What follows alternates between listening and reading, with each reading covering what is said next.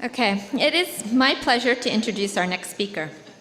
Matt Ruscigno is a registered dietitian who also holds a master's in public health from Loma Linda University.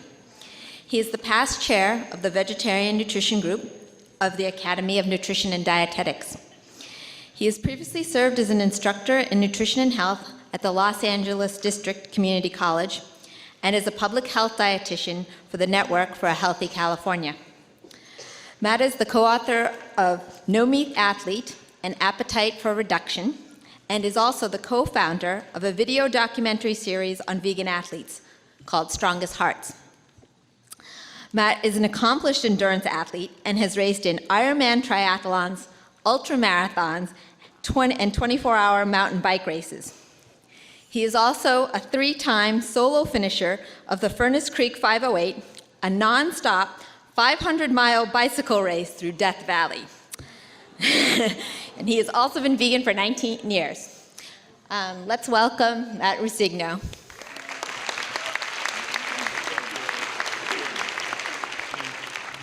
Hi, everyone. Thank you. It's really an honor to be here. This event has been on my radar for a number of years, so it's really an honor to speak. So thank you to everyone who's played a part in putting this together. I really appreciate it. I'm really happy to be here. This is a topic that's very important to me, both personally and professionally. And I often give this talk to, how can I say this, less hospitable crowds. And I kind of frame it as, hey, this thing is happening. You know, whether you're interested in it or not, you may hate veganism, which is fine, but you need to know if you're a healthcare professional that the rise of the vegan athlete is really happening these last few years. I've been involved for about 20 years in the vegan world and an athlete for maybe half of that. And I myself have been really surprised about the last few years, and we'll talk about that as we go through this.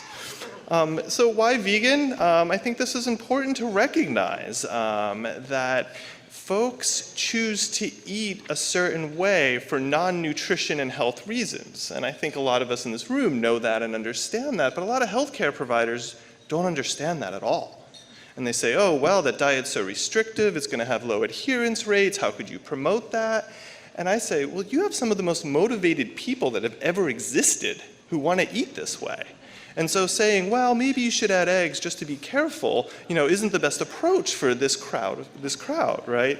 And so why do people eat this way? Well, traditionally concerned for animals, there's a long history of that, wondering if animals had souls, and if it was, you know, bad for our karma to eat them in a lot of religious traditions. And then health, you know, there's a long interest in eating more plant foods for health. Environmental impact, we're definitely seeing a rise of this. You know, the film Cowspiracy has really influenced a lot of people.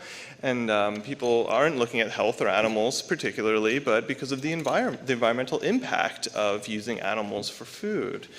And then now this new one, athleticism. And I put a question mark here because this still is pretty new. But we're coming across people who decide to eat vegan only for the benefits to their sport, which I find fascinating, even though I'm heavily involved in this little niche here. And so what does some of this tradition look like? Pythagoras is considered the first vegetarian, you know, almost 2,500 years ago, talking about, you know, if we destroy lower living beings, we'll never know health or peace. So that's a long time that people have thought about this. There's a long philosophical tradition, and, you know, now we have some contemporary thinkers like Peter Singer and Carol Adams that talk about this issue.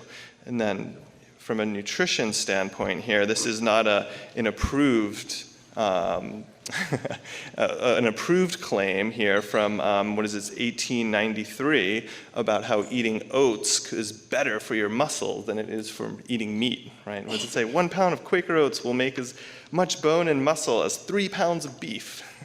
So 1893, right? A long time ago, people have been talking about this and making these sort of comparisons. But fortunately, we do have some actual, research and strong statements that are evidence-based. This is from the Academy of Nutrition and Dietetics position paper that says appropriately planned vegetarian diets, including vegan, it's nice that they use the word there, are appropriate for all stages that they're nutritionally adequate and may provide health benefits, and we learned about some of those health benefits related to cancer this morning, and are appropriate for all individuals, so throughout the life cycle, including pregnancy, including children. This is a very strong statement. The Academy of Nutrition and Dietetics is not a progressive or a plant-based organization, to say this politely. And so to have this statement, I think, is very strong, for us to get this. But we can point to this and say, hey, look, there's research. This organization, says this and is willing to say this. I'm very curious about what the 2015 position paper is going to say, because I don't know if anyone's following this closely, but it actually came out and then was pulled back and is being re-looked at. And so I'm not even sure if it's going to come out in 2015 or not, but I'm curious to see what that one looks like. So what does that research look like? And this is really general compared to what we saw this morning, but it's important to note that vegetarians, and to a lesser extent vegans, have been under intense research for decades, right? Paleo doesn't have that, Atkins doesn't have that, but we've been looking at vegetarians for a long time because they make a great research group. Right? And a lot of this originated in Massachusetts, around Boston, actually, with, I don't want to say cults, groups of people who decided to live outside of the city in communes, right? Who were all eating very similarly. And that, to a researcher, is like, oh, that's a gold mine, right? So you all eat the same thing? All right, let's see what happens with these folks here. It makes their job a little bit easier. So we're lucky that we have that. And then right now, currently, this cohort of 100,000 people, that might be the largest cohort that's ever been put together. And someone can correct me on that if I'm wrong, because I keep saying that. And the Adventist Health Study too, and about half of that population is vegetarian, which is tremendous, because some of the criticisms of vegetarian diets has been, well, they exercise more, they're less likely to smoke, they eat more fruits and vegetables, of course they're going to be healthier. Well, Adventists in general have those similar traits, whether they're vegetarian or not. So it's great to compare these folks within Adventism, and this is where a lot of our research comes from. And also of note is that the first Adventist Health Study, only 2 or 3% of the population was vegan, and now a few decades later, we're seeing 10% are vegan. And that's a huge jump, and I think they're ahead of the curve, and I think the rest of the population will follow this. Oxford EPIC study out of the UK, they recruited vegetarians purposefully to get this research. So it's happening. There is a lot of research, and we have these positive health outcomes, which you're probably familiar with. Lower BMI, lower rates of heart disease, stroke, type 2 diabetes, some cancers, and then we have mechanisms, right? We can look at these mechanisms for why folks who eat more plant foods have better health outcomes. We can point to these and look at the fiber, look at phytochemicals, look at lower saturated fat intake, and then eating these foods that we know are healthy. And when I give this talk, I'm giving a similar talk tomorrow at the Veg Fest. I like to say that making recommendations that are plant-based isn't that radical of an idea. So for example, the Network for a Healthy California, with whom I worked for a few years, it's a food stamp funded program. So it's the USDA, right? The big bad USDA that's influenced by the meat and dairy industry. And I worked for them, and our job was to promote whole grains, legumes, and fruits and vegetables in food stamp eligible populations. So that is plant-based. They're making these recommendations, even this conservative organization. American Heart Association, choose foods like vegetables, fruits, whole grain products, right? Those first things are plant foods. American Diabetes Association, very similar, fill the largest section of your plate with non-starchy vegetables. These are plant-based recommendations, and that's different than vegan. I know those things are different. There's a lot more baggage with the term vegan, for sure. But when we're talking about health here, we can talk about plant-based and see that we have some evidence, and very good evidence, and then we have middle-of-the-road organizations that are promoting people eat more plant foods. And now let's make the switch here and talk about athletes a little bit. So this is a photo of Scott Jurek. How many people have heard of Scott Jurek? Okay, so a lot of you, which kind of proves my point here. That In 2006, Scott Jurek won the Badwater Ultramarathon. So this is a 135-mile running race, okay, on foot. This is not a bicycle event. This is on foot. It's more than 5 marathons. And he won the race, and he won it 2 years in a row, and he set a course record. And I was there for this when this photo was taken because I know the race organizer and I was helping out.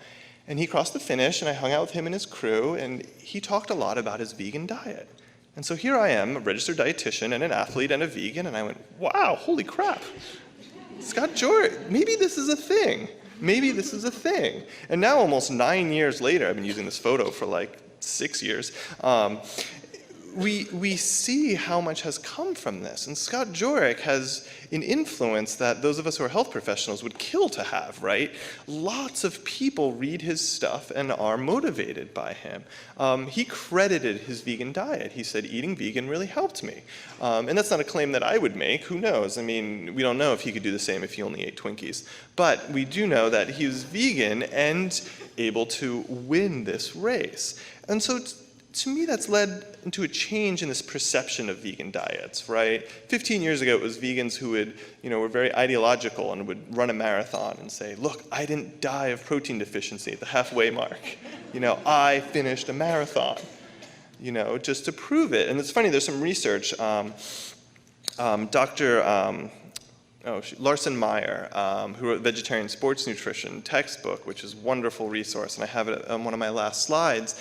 She's found some research that said, it showed that vegans could actually outperform what would be predicted when they tested them, and that vegans who didn't train actually could compete in however they measured it with omnivores who were training. And they said, wow, how could this be? Is it the benefit of the diet?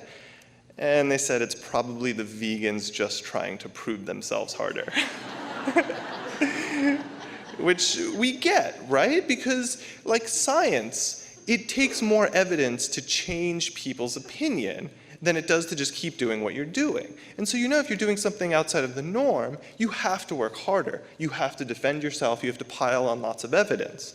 We can look at the WHO report and people say, oh, I don't believe it, it's activist science. It's like, well, we had 20 top researchers looking at 800 studies that came to this conclusion that bacon is carcinogenic. That's a pretty good standard of using science. And people doubt it, but then, there's some blog post about soy causing man boobs, and everyone believes it, right? Because they don't want to eat soy. And I think we're up against this constantly. And so I think, this research that showed vegans were willing to work harder really is something, and we're seeing a lot of that. And so what's changed since 2006 here? We have Engine 2 with Rip Esselstyn. He was a former professional athlete. Rich Roll, who's an ultra-marathoner and has really influenced lots of people. And then Scott Jurek again. And this goes for bodybuilders to mixed martial artists. And I wrote even barbecue here and as a question mark to remind me to tell a story. I had done a mountain bike race in East San Diego County. And I know we have our sort of ideas about what California looks like, right, with Berkeley and whatnot. East San Diego County is more like Montana. And I finished this 100-mile mountain bike race. And, as a vegan, I don't want to be problematic. I don't want special treatment. But I try to ask, is there going to be any food I can eat afterwards? And they say, yeah, don't worry about it. But, it's a busy race organizer. So I get finished, and they give me my food ticket, and they say, okay, food's over there. And I look, and it's a giant pickup truck with a smoker behind it. And it says, Big Red's Barbecue. I say, okay. And I go over there, and there's some young kid working, and I, ask them what they have. And it was pulled pork sandwich or a potato salad. So I asked for barbecue sauce on a hamburger bun, just because I was tired of eating bananas and oranges all day. And I hear someone say, you a vegetarian? And I look over, it's clearly Big Red. Beard, apron, belly. And I think, man, really? Right now? Can't you see I just finished a race and I'm dehydrated and I'm kind of spaced here? Are you really going to mess with me? And I said, yes, I'm a vegetarian. And he says, well, I got tofu in the smoker. And I looked at him and said, no, you don't. Come on. That's mean, How can you do this to me? And he said, no, I have tofu and portobello mushrooms. Would you like one of each? So I said, yes. And sure enough, he sends one of the kids who fetches it and comes back with this plate with 2 sandwiches on it. One's portobello mushrooms and one is barbecued tofu. And so I eat both immediately in probably like 2 minutes. And I say, why do you have this? This is mind-boggling to me. And this was just a few years ago. And he said, well, most of what I do is at mixed martial arts events. And so many of those guys are vegan, I had to come up with something. And so, I mean, and that's a sport where people beat each other up in a cage, you know, and so.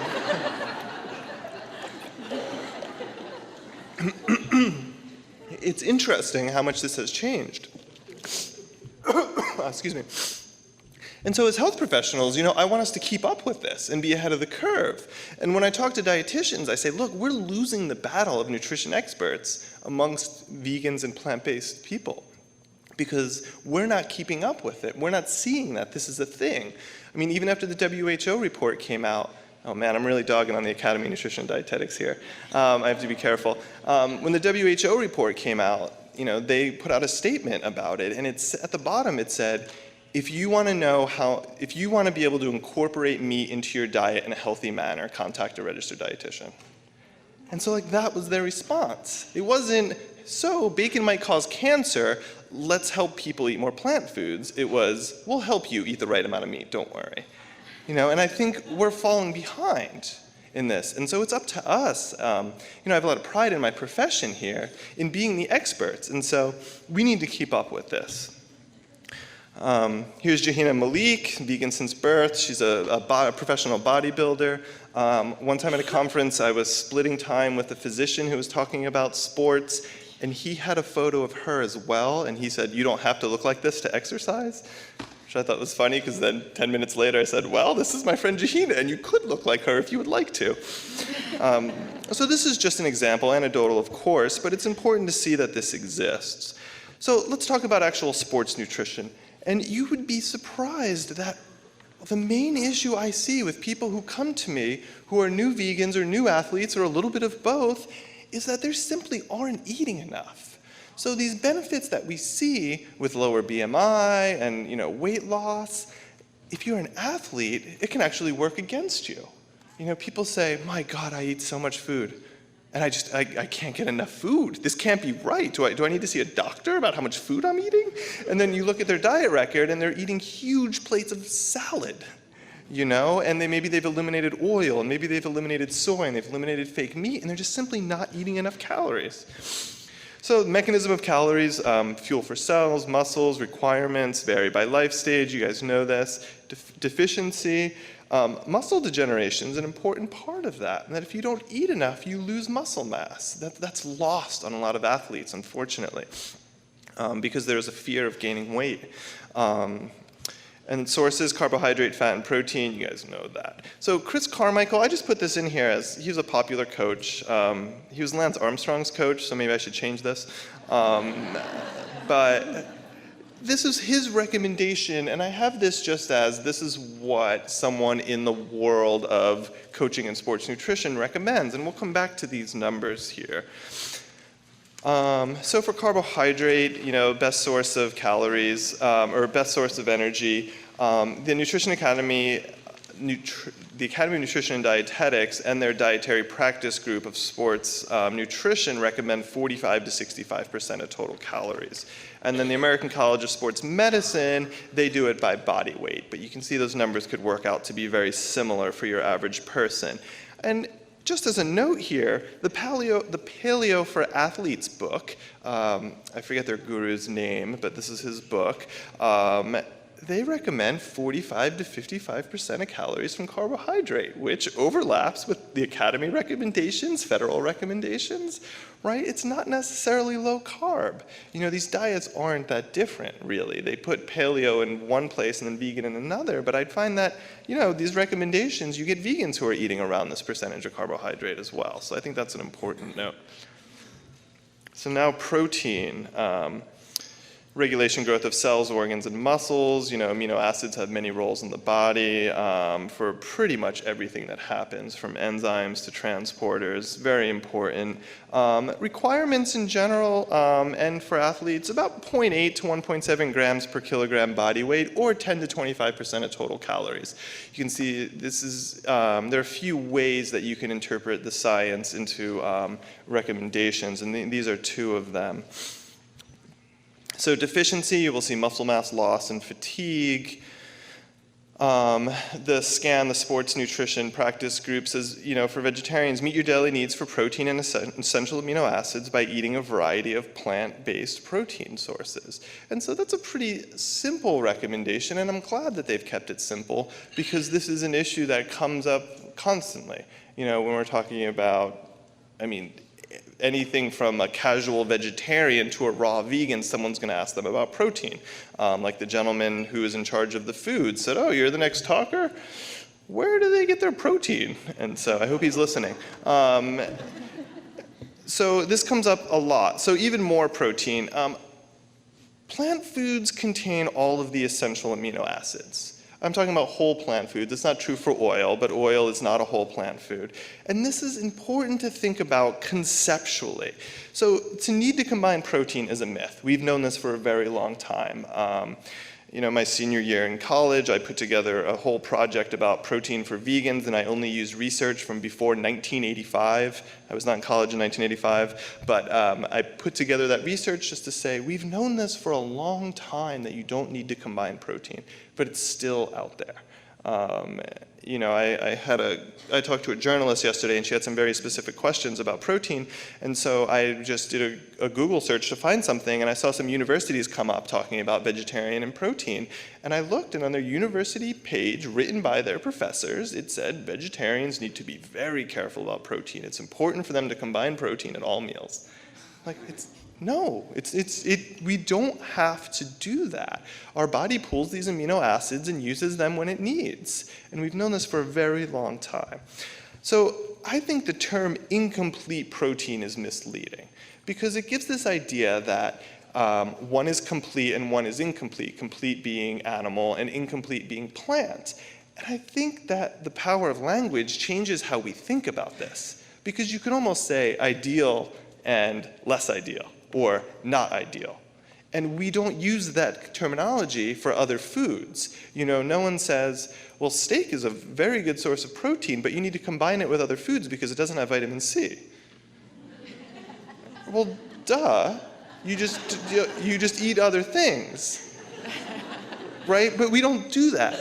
We don't talk about it that way. But we do with this. And even vegetarians who are eating dairy and eggs and other animal products, we say, oh, you got to be very careful.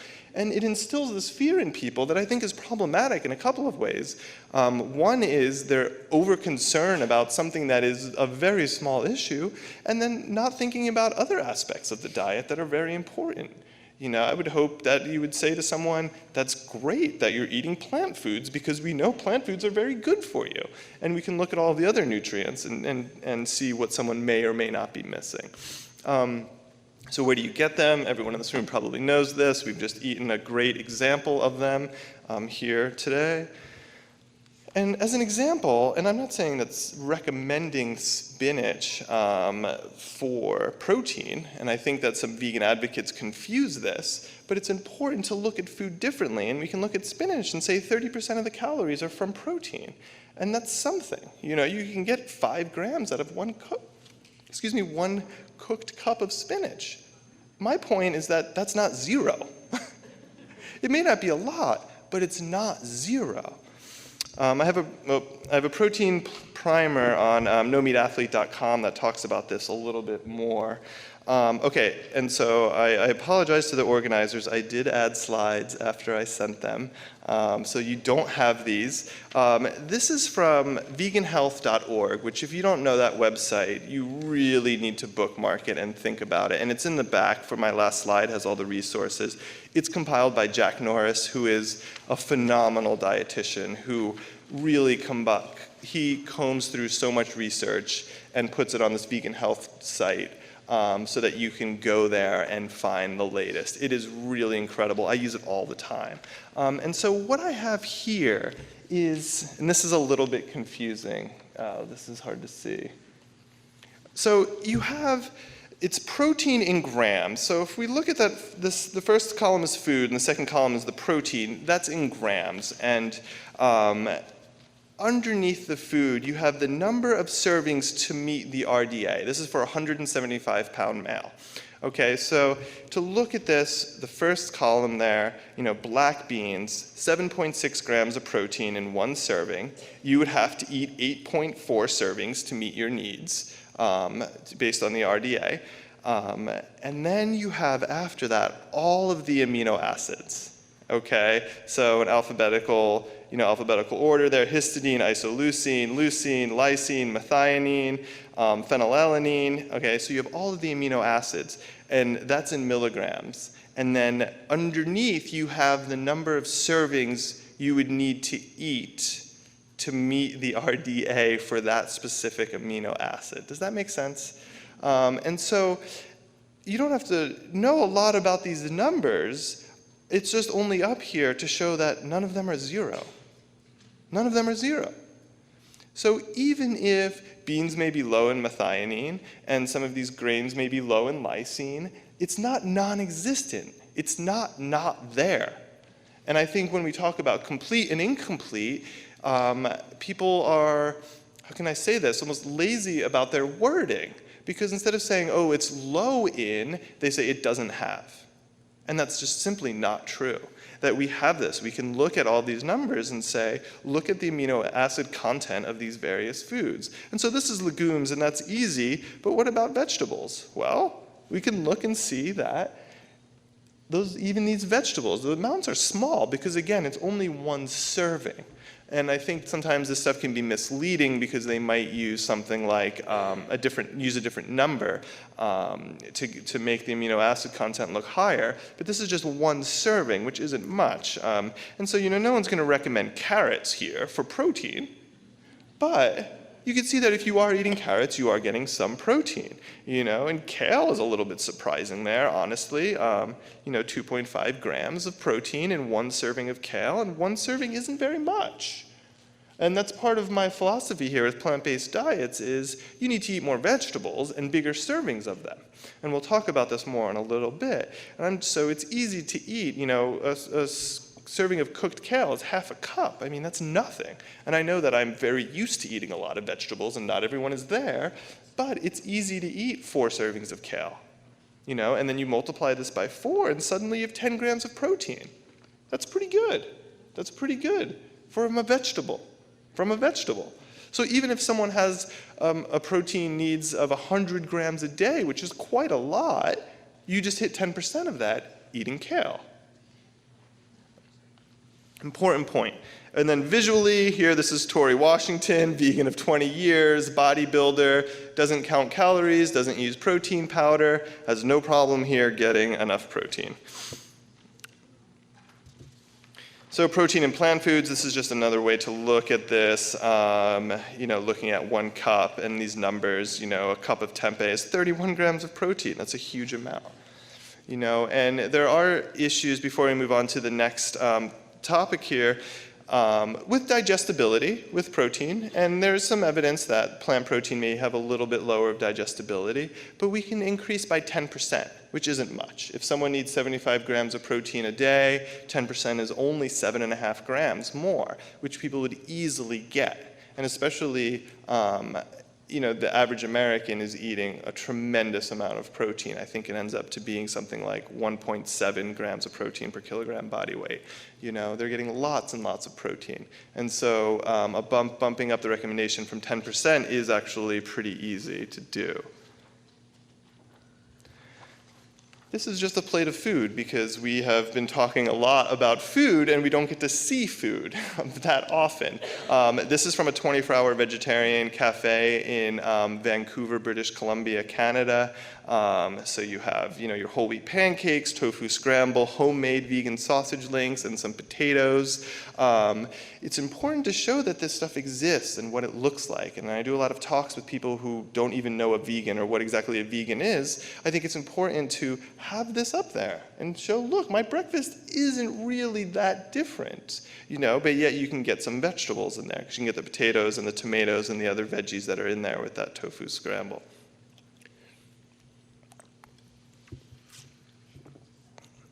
So the next topic of specific interest for plant-based and vegan athletes here is iron. Iron needs of both athletes and plant-based eaters, whether they're semi-vegetarian all the way to vegan, are increased. They do need to get more iron. Non-heme iron, which is the only iron that's found in plants, heme in animals, non-heme in plants, is less well absorbed. That is a fact. And when I speak, tomorrow when I give this talk or similar talk, I'll say, look, your paleo friend that argued with you on Facebook is right.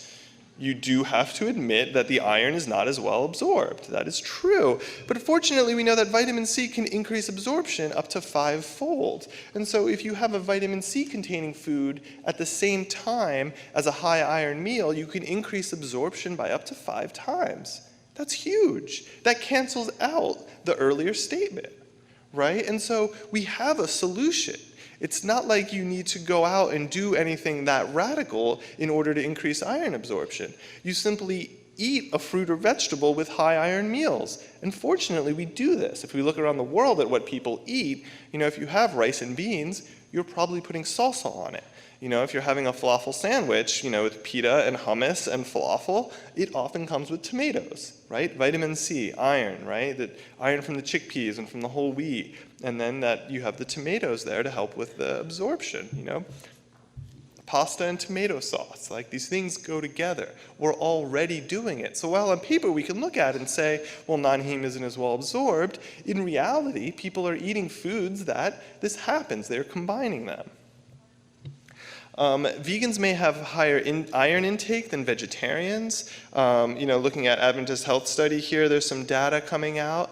And that's because the difference is, right, eggs and dairy products, and those are very, very low in iron.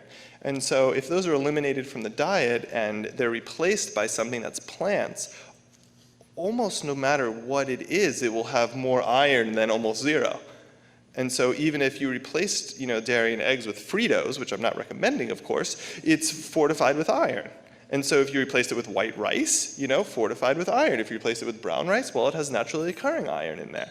So there's reason to think that vegans may have better iron status than vegetarians, which I think is interesting and an important point here. A variety of sources increases absorption. We may all know somebody who takes their iron supplement in the morning with coffee and says, I'm good, I don't have to worry about it the rest of the day. But we know that the more that you take at once, the less well it's absorbed. And so spacing it out throughout the day increases absorption. And with iron and a lot of nutrients, it's an absorption game. It's not about total amounts, it's about how much we absorb. And so plant-based diets actually fit very well into that, because you get a little bit of iron throughout the day. It's not one food that you're eating where you're getting most of it from. You're getting some all day long, and that's better for absorption. And so you have plant sources of iron, some of the higher foods. This is from Vegetarian Resource Group, which is an excellent resource. They have a great nutrition advisory board. Reed Mangels is on it, and she's someone who looks at this stuff extensively and a lot of research that I follow. So that's where I took this chart from. So next is calcium. And calcium is very important in a number of ways. We know it mostly with bones, but it is an electrolyte and has lots of other roles in the body. Vegans should aim for meeting the recommendations. That seems obvious, but unfortunately, this is something that is still argued, that vegans, because they don't consume animal protein, do not need to eat as much calcium as other folks or as the recommendations are in the US, but that's simply not true. There was a theory maybe in the 90s, I think, about animal protein leaching calcium from the bones and then being related to an increase in osteoporosis, but unfortunately that's not the case. That's not the case. It's an unfortunate myth that is very powerful in the vegan world. So vegans should aim for the recommendations. You can get it from a variety of sources. I think like iron, it's important to space them out through the day. If you stop drinking cow milk, most people may not replace it with an almond milk or a soy milk that has calcium in it. And so the concern would be, well, where are you getting it? And you would turn to leafy greens are an important part of this. And then calcium-set tofu is one. In the coagulation of tofu, sometimes they use calcium, and that calcium remains in the tofu and is a very good source, and it's well absorbed. And then blackstrap molasses is also a source of calcium and of iron, so that's an important one. And then with calcium, we want to talk about bone health. I find bone health and osteoporosis extremely complex. We know it's related to nutrition and exercise and at least genetics. I remember having an expert come in to Loma Linda, expert on osteoporosis and bone health, MD, PhD, and I thought, finally, we're going to hear like what people need to know about osteoporosis and where we need to go with this. And after his great, very detailed presentation of all this research, he put up a pie chart, and about 75% of it was blue, and he said, so the blue is unknown. We don't have enough data yet to know. So there is some unknown. We do know that nutrition and exercise play a very important role. Getting enough calcium is one, but there are all these other nutrients involved with bone health: magnesium, phosphorus, potassium, vitamin D, vitamin K, and these specific amino acids all have to do with bone health.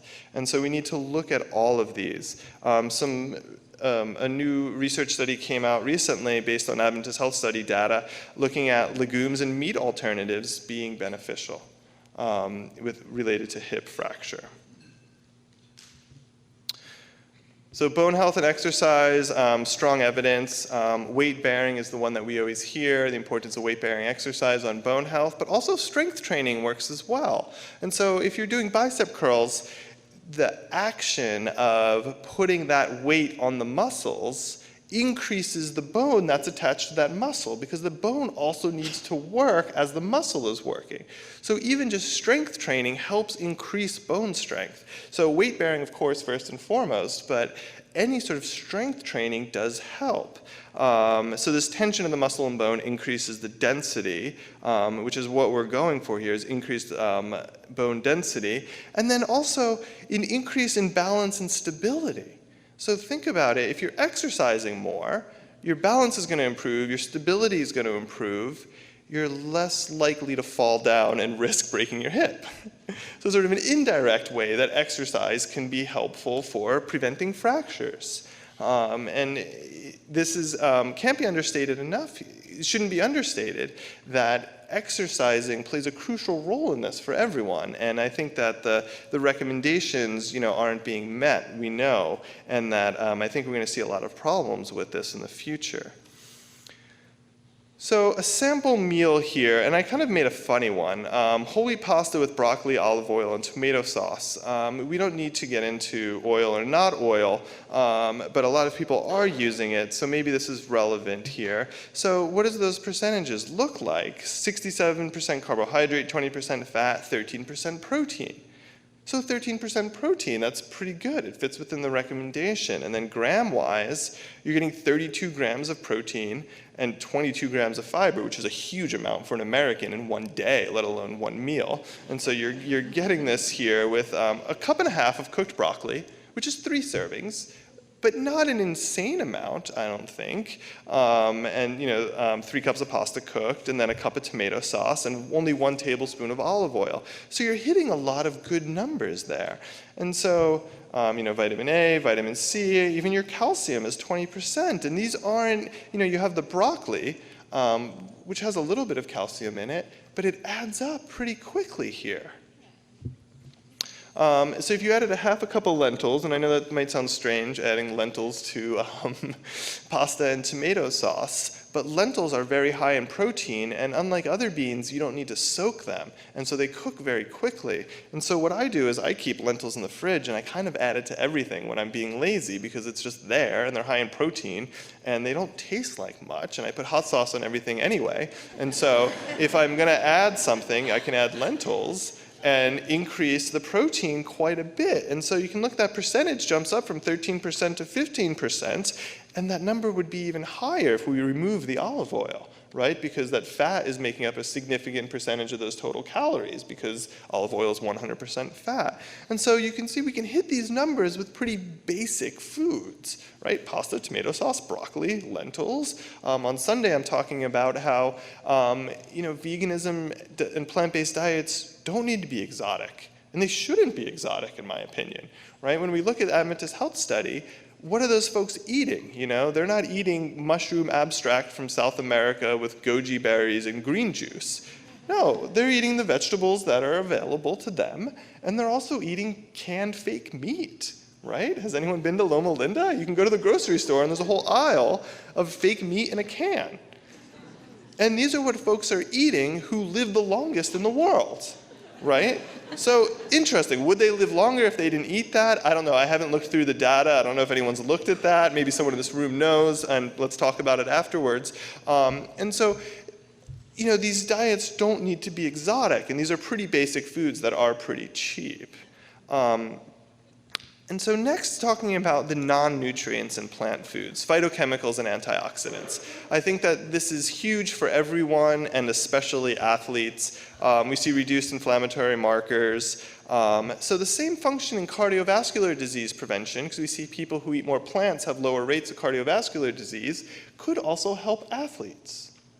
And anecdotally, there is a lot of talk about recovering faster. Rich Roll, Scott Jurek, that's what these folks are saying very often, and that's what they're saying people are telling them. Rich, I made the change, and I recover so much faster. And we think the mechanism would be, these antioxidants that are in fruits and vegetables, because folks are eating such high amounts. If you're an athlete, if you're a male athlete, you're eating a huge amount of calories. I mean, I have a friend who is, a pro track cyclist, and my estimate, he needed about 8,000 calories a day. And he's saying, Matt, it is so hard to eat enough. What else can I possibly do? So his caloric needs are very high. So he can, he can eat 5 servings of vegetables before you even sat down at the table, right? Because he's just eating all day long. So they're getting huge amounts of phytochemicals, I think in an amount that has never been studied. What are some of these benefits? Nitric oxide is a big one right now. The sources are beets, cacao, and plant foods. Who has heard about beets being good for athletes? Okay, so a good amount of you. The beet board hasn't reached the rest of you yet, because this is very big with athletes. And there is some research. They have found that, let's see if I do have this here. So they've increased vasodilation and oxygen flow to muscles, and that has increased time to exhaustion. And if you're an athlete or you've done any sort of training, this is a very important thing. If you could do, one more bench press, one more rep, if you can, run the stairs one more time at your ideal speed, that's huge. I mean, that's putting money in your bank for your event that you're training for. And so if you can increase that time to exhaustion, that is a huge benefit. And lo and behold, nitric oxide and this increased vasodilation works not too dissimilarly from EPO, which is the drug that Lance Armstrong was caught using, right? So these mechanisms actually aren't that different, which I think shows the power of eating plant foods. Now, the public health part of me is like, well, how much, how often? You can now buy packets of beet juice. So you put it in your jersey, and then you're riding, and you're like, okay, I need a burst here. I'm going to open this packet of beet juice and down it. And that exists, and you can buy that now. And so does that work? Yeah, we're not sure. But we do know that beets are showing something very incredible here. And I have this in my notes. I was reading Outside Magazine on the plane last night, and there was an article about cramping. And I get asked this question all the time: how do we prevent cramps? And what I tell people is, well, we really don't know. We thought it was dehydration. It's not dehydration. We thought it was related to electrolytes. And, well, people are consuming electrolytes, and they're still getting cramps. What is it? Well, there's a researcher. He won the Nobel Prize in chemistry, and he was looking at ion channels.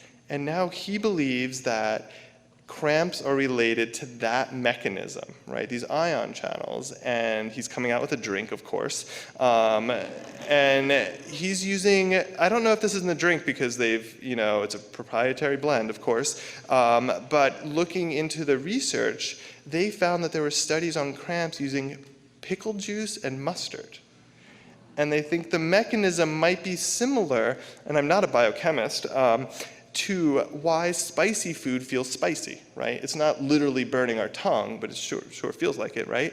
And so why is that? Well, that mechanism may help prevent cramps. And so I don't know where this is going to go as far as the research and what kind of drink we'll end up with or using. But I did share it with my friend who had lived in Thailand and now eats a spicy breakfast every morning. And he's a big cyclist, so maybe he is onto something there, right?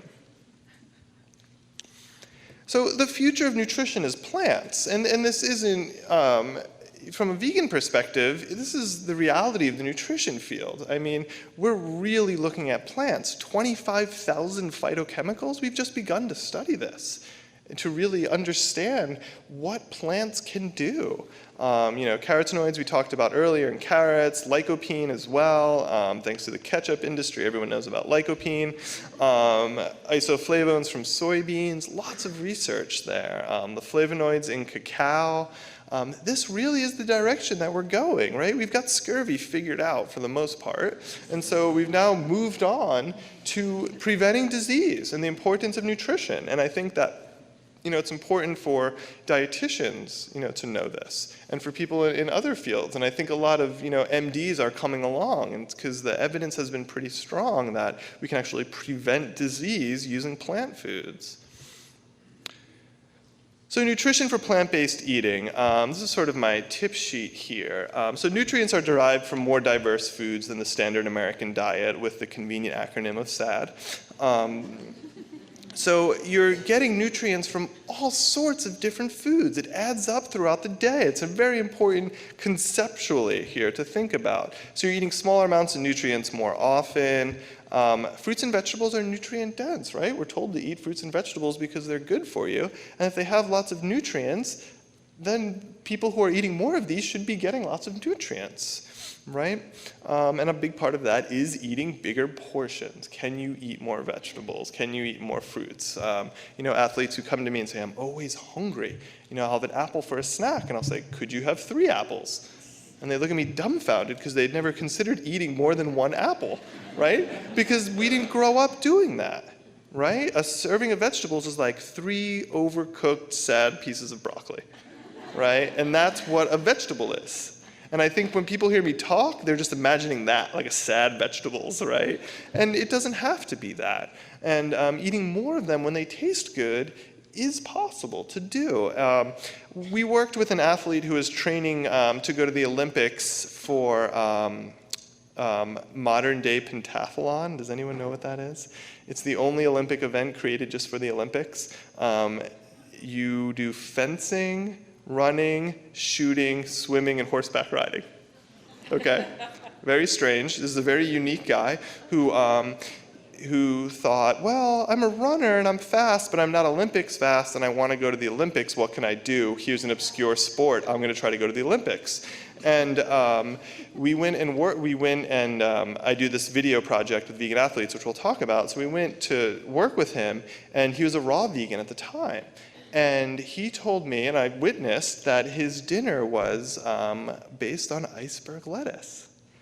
And I thought, of all of the greens in the world, why would you eat iceberg lettuce, right?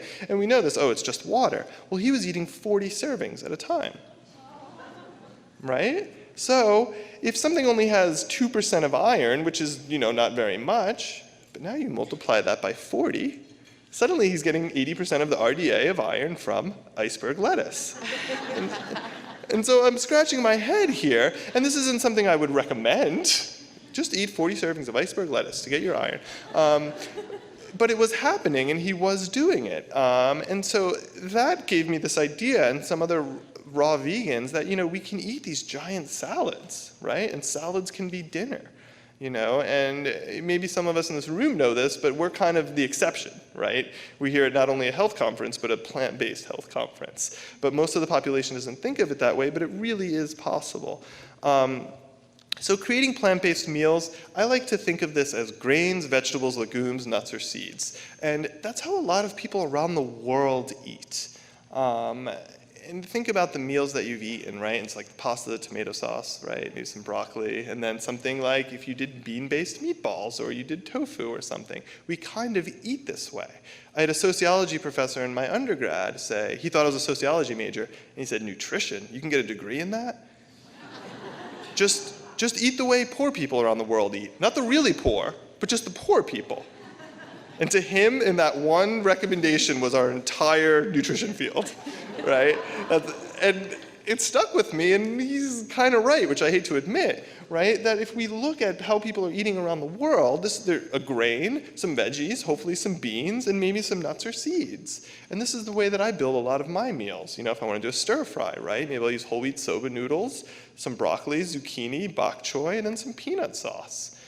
So you're building meals this way, and I think that's a very helpful sort of conceptually for how people do this. Emphasis should be on whole foods, of course, but these, fake meat or cheese as complements, I'm not totally opposed to them, right? The Adventists that we mentioned earlier, just socially and culturally as well. Right? If you're going to go out to eat and they say, oh, well, we have pizza, and we have, daya, and we have field roast. You say, no, I don't eat any of that.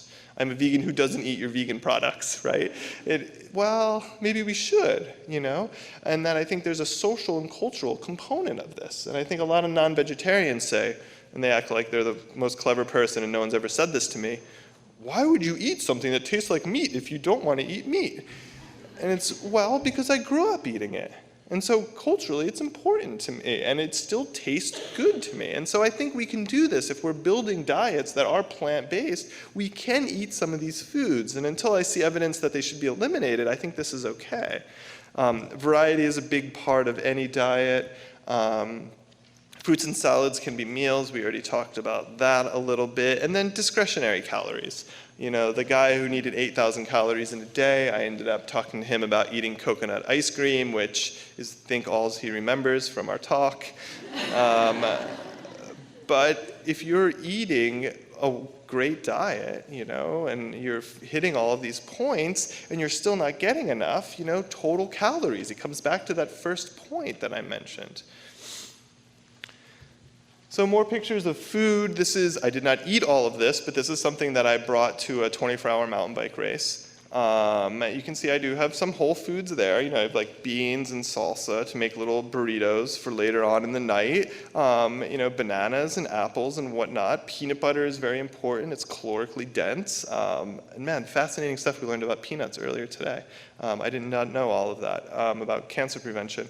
And then you can see I also have things like Ritz crackers and graham crackers, which is just discretionary calories. At that point, it is just fuel. And so a 24-hour mountain bike race, it's noon to noon, and it's a loop that comes back through usually a campground. And so you have someone there who has your food for you. And let me tell you, you get tired of eating. You just don't want to eat anymore. And you especially don't want sweet things, because most of the recommendations, it's like, oh, well, gels and powders and bars and all those things are sweet. And you say, no, I don't want to do that. I'm going to do bananas and dates, which are also sweet.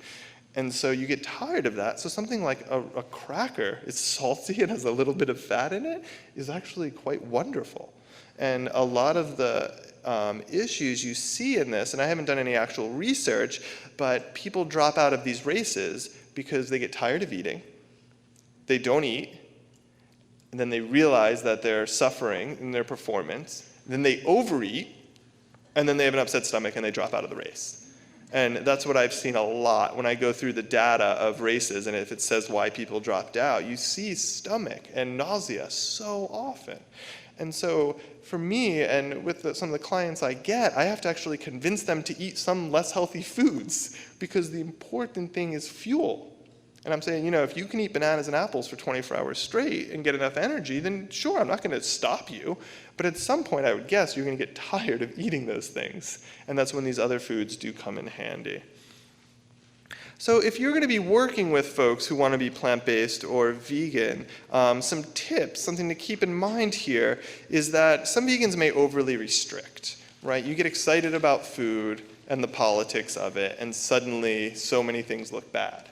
You know, it has to be organic, has to be non-GMO, has to be local, has to be raw, has to be juice. And I think we need to, as professionals, need to back people out of that sometimes. You know, if someone does a diet record for me, they'll say, oh, you know, I'm really sorry, I'm embarrassed to send this to you because I eat cooked food. I say, look, quinoa, lentils, that stuff is okay. You know, it doesn't have to be raw. You know, there's not evidence that I've seen that raw is ideal in any way. And so we need to look for this over-restricting. Plant fat is good, right? The naturally occurring fat that's in, you know, nuts and seeds, and there's a little bit in other things. You know, kale is about 10% fat, right? And a bunch of that is omega-3, which is great.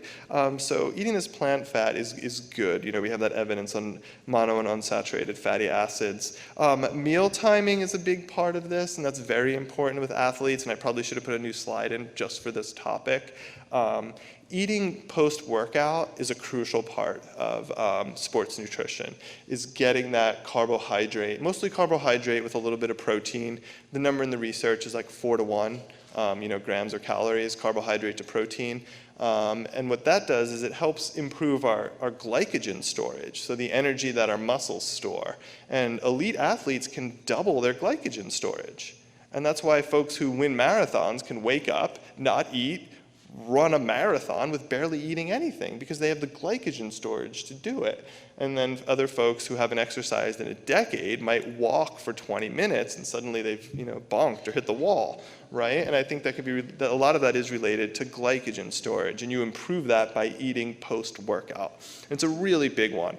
You get a lot of athletes who are scared to eat at night because they heard you shouldn't eat at night.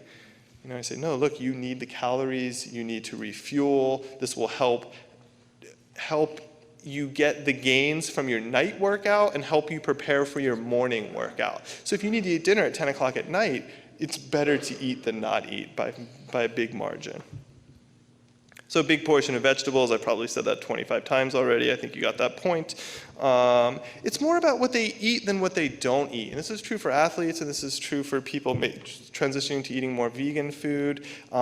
We tend to think that it's what we eliminate that makes us healthier, but really it's about what we're eating instead. You know, so it's what you eat, not what you don't eat. Benefits of plants here. Great carbohydrate to protein ratio already in plants. You know, we don't need a lot of protein overall, and especially not when we're doing the actual workout. So like that 24-hour race, I need some protein, but I don't need much, you know, for while I'm being active right then. In recovery, I sure will. But right then when you're doing the activity, you only need a small amount of protein, and that's really fortunate that that's what plants look like. Great carbohydrate to protein ratio. Fruits and vegetables are hydrating. It doesn't have to be 40 servings of iceberg lettuce. The antioxidants may aid in recovery, and this is looking at actual whole foods here. I was on a ride with a friend who is a new physician, and he said, Matt, did you see that meta-analysis that came out that said antioxidants don't prolong life? And I said, I did. It was based on supplements, right? That study looked at supplements, and the supplements don't work. It has to be the whole food. There's all sorts of synergy happening there. And he said, oh, he had just thought that it was about antioxidants in general, but it wasn't. It was specifically supplements. And so eating these whole foods can help with recovery, we think. Healthy fats are a good way to increase caloric needs, you know, making sauces based on, you know, tahini, on peanut, on all sorts of things that are healthy and also calorically dense. Fruits are easy to eat, you know, and plant foods.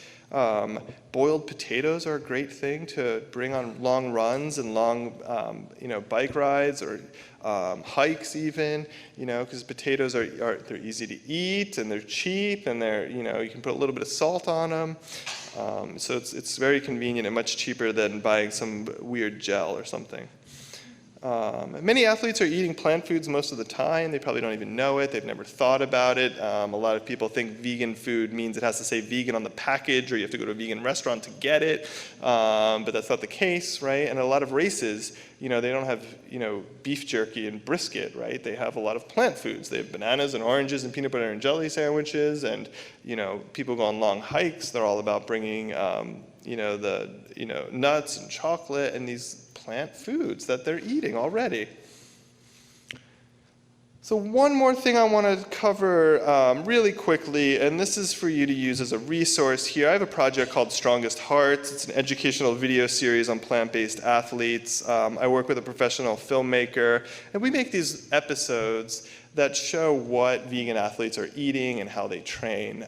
We don't make any crazy promises that you're going to be able to run across Death Valley like Scott Jurek. We just say, here are examples of what people are doing. So we have nutrition lessons, recipes, food recommendations. We have some tips for people who want to get into that. And this is just a fun educational project, as a dietitian, to try to be out in the world educating people on this topic in a pretty unique way. This is a screenshot here of a video we did with track cyclists. This is the Carson Velodrome. It's a world-famous velodrome. They hold national championships there. And so if I can, I'll do the workout with the athlete. Which is fun. So the guy training for modern day pentathlon, I fenced with him, and then we ate a giant salad. And so all of these are available on our Vimeo page or our website, which I think I have in the last page. It's just called Strongest Hearts, and it's a really fun way to try to reach people, for our field and in dietetics, looking at getting information to people in a good way. And then I think you guys have this in your packet. This is a wonderful resource. It's part of a series on RD resources that the Vegetarian Nutrition Dietary Practice Group, a lot of words, puts out. And they're on topics in vegetarian nutrition. So we have calcium, we have iron, we have protein, and we have this one on sports nutrition. And what's interesting about the project, and hopefully useful for you, is they're written at 2 levels. So we have one for professionals. So if you work with a team and they say, no one could be an athlete and vegan, they'll die of protein deficiency, you can say, actually, here is this written by this expert, and it's referenced. And then we make one for consumers that's written at a level that's easier to understand without all of the research, but still evidence-based. The professional ones are only available to members of the Vegetarian Nutrition Dietary Practice Group, so you should join or ask a friend if they're able to do it. And they're all available, and they're in color, and they're just made to print out and give to people. Then all the consumer ones are free, actually, on that second to last site, vegetariannutrition.net. These are my go-to resources. The Vegetarian Sports Nutrition book by Dr. Larson Meyer is really, really excellent. It came out on an academic press, so it's not nearly as popular as it should be, but it's the cheat sheet. It's a giant cheat sheet. I recommend it immensely. Fueling the Vegetarian Athlete by Dr. Furman. You probably know him. And then some of my favorite books, Vegan for Life, Plant Powered Diet. And then vegetariannutrition.net is the practice group website. And then veganhealth.org is Jack Norris's website, which I pulled that data from earlier, which is really, really up to date with all sorts of issues. Whenever I get a particularly difficult question, it's the first place that I go to, honestly. So I can't recommend it enough. And it's all free, and it's all easily accessible, and it's all well referenced. And that's all I have, and I think we have some time for questions, if anyone would like. So thank you.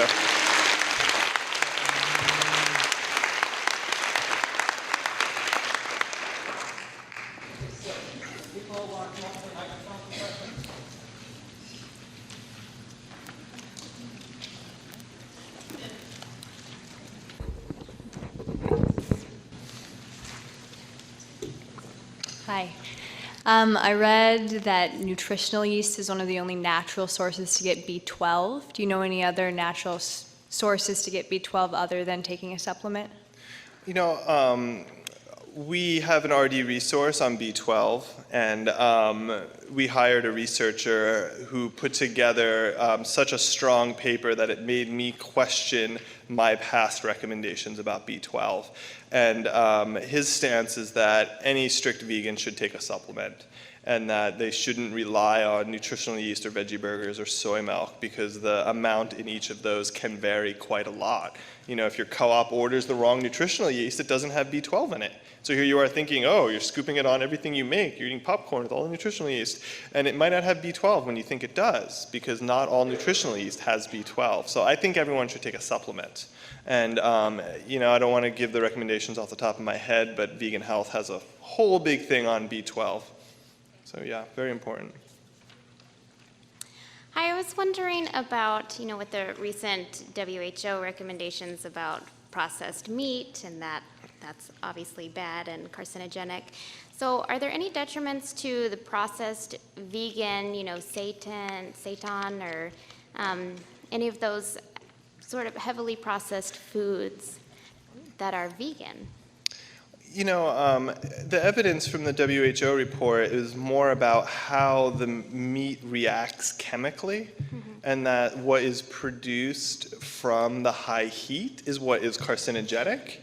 And so and again, I'm speculating here, that, you know, something like a veggie sausage, you know, it doesn't have those compounds that if you did heat them at high heat, they're not going to create the same carcinogenic compounds. And so, and then to answer more broadly about processed food, it's interesting, you know, how we want to define processed, you know, and it's like, I've heard people call tofu processed. And you're like, well, you know, it undergoes a process, but so does picking broccoli. You know, at what point is something, and I'm not sure I have a really good answer for that. You know, like wheat gluten, you're just removing all of the non-protein parts of flour. You know, and sure, the flour went through a process, and I guess you're still like baking it, but I'm not sure, you know. Yeah, thank you. Yeah. Hi there, thank you very much. That was a fabulous talk. Oh, thank you. I was wondering if you may make some comment on using vegan or plant-based diet with people who have other dietary restrictions. For example, people who can't eat gluten. Other restrictions that will take other foods out of this type of a diet. Yeah, good question. I think gluten-free vegan is very, very popular now, and it's easier than ever to avoid gluten, and a lot of people do. You know, we have other grain alternatives, and now you can find, you know, a number of quote normal foods that are gluten-free and vegan, and I think we'll see a lot of this throughout this weekend. I find it gets difficult when people are allergic to beans and nuts. You know, talking about the amino acids and getting the lysine and stuff, and you know, I have a friend who is she can't do soy sauce or even soy oil because she's so allergic to soy, and so like that gets pretty problematic, you know, and we do have an RD resource, I think, on gluten-free vegan, so that's something to check out. I think it's vegan while celiac or something, so that's one I could recommend. Any other questions? All right, well, thank you, everyone. It's been a pleasure, so thank you.